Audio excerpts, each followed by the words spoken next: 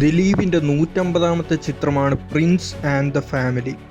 Family ജോണറിൽ ഇറങ്ങിയ ചിത്രം കഴിഞ്ഞ ദിവസമാണ് തിയേറ്ററുകളിൽ എത്തിയത്.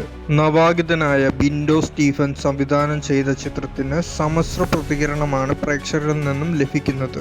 3.72 കോടിയാണ് ചിത്രത്തിന് ഇതുവരെ ലഭിച്ച കളക്ഷൻ.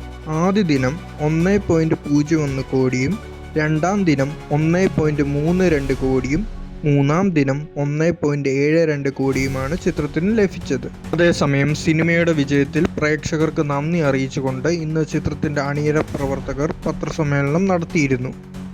ദിലീപ്, ധ്യാൻ ശ്രീനിവാസൻ, സിദ്ദിഖ്, നിർമ്മാതാവായ ലിസ്റ്റിൻ സ്റ്റീഫൻ തുടങ്ങിയ നിരവധി പേരാണ് വിജയാഘോഷത്തിൽ പങ്കുചേർന്നത്. പരിപാടിക്കിടെ വളരെ വൈകാരികമായ പ്രതികരണമായിരുന്നു ദിലീപ് നടത്തിയത്.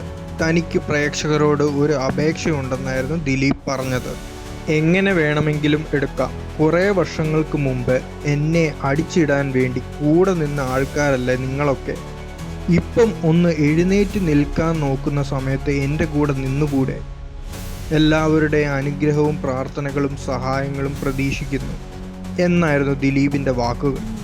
അതേസമയം വീഡിയോകൾക്ക് താഴെ ദിലീപിനെ അനുകൂലിച്ചും പ്രതികൂലിച്ചുമുള്ള കമൻറ്റുകൾ നിറയുകയാണ്. സിനിമ മികച്ചതാണെന്നും ദിലീപിൻ്റെ തിരിച്ചുവരവാണിതെന്നുമാണ് താരത്തെ ആരാധിക്കുന്നവർ കുറിക്കുന്നത്.